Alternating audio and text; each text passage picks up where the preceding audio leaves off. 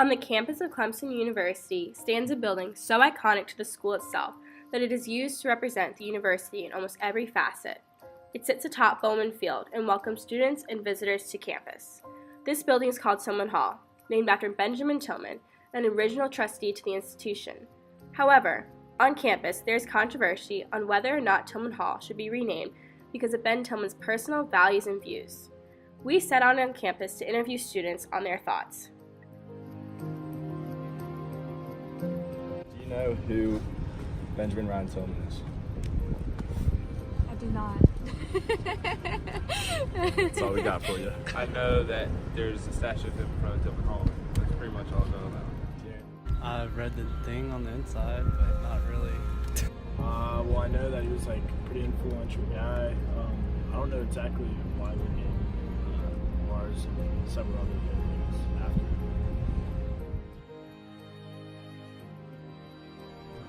I know a little bit about the controversy surrounding him. I only know what I've read on just maybe one or two articles, so I wouldn't say I'm an expert. Wasn't he a notorious slave owner, very not kind to his slaves too? So. Well, he didn't own slaves, but yeah, he was not very. He was pretty. I know. Yes.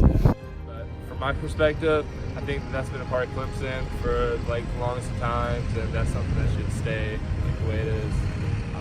Not really, just that, it's history. I think it's Tillman Hall, Which I can understand why people want to change the name, but at a certain point, when you stop respecting the history, instead of just, washing it all away, at what point do you try to learn from it?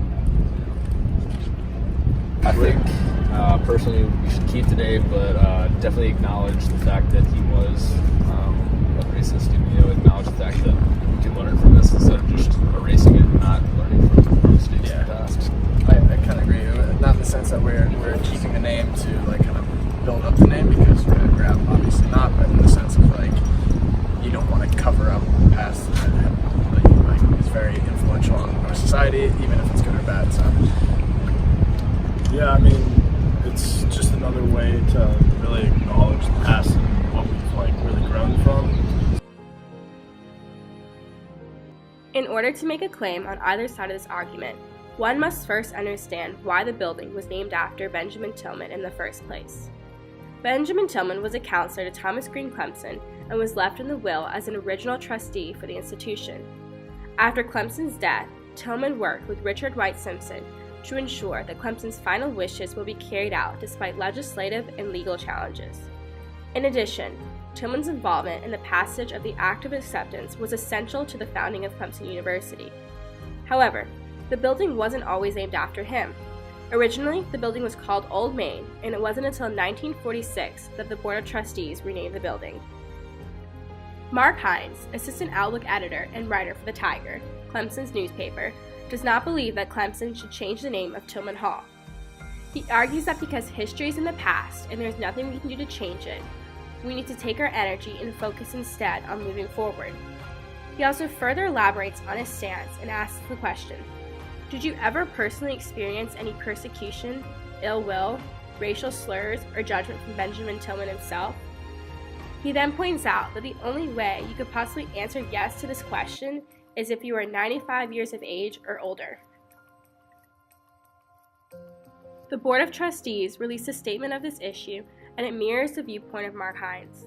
The statement reads, "Some of our historical stones are rough and even unpleasant to look at, but they are ours, and denying them as part of our history does not make them any less so. For that reason, we will not change the name of our historical buildings." Essentially, they are saying that we cannot simply change the name of our buildings that reference an unpleasant time in our history, and even if they did so, it would not have the power to change the past.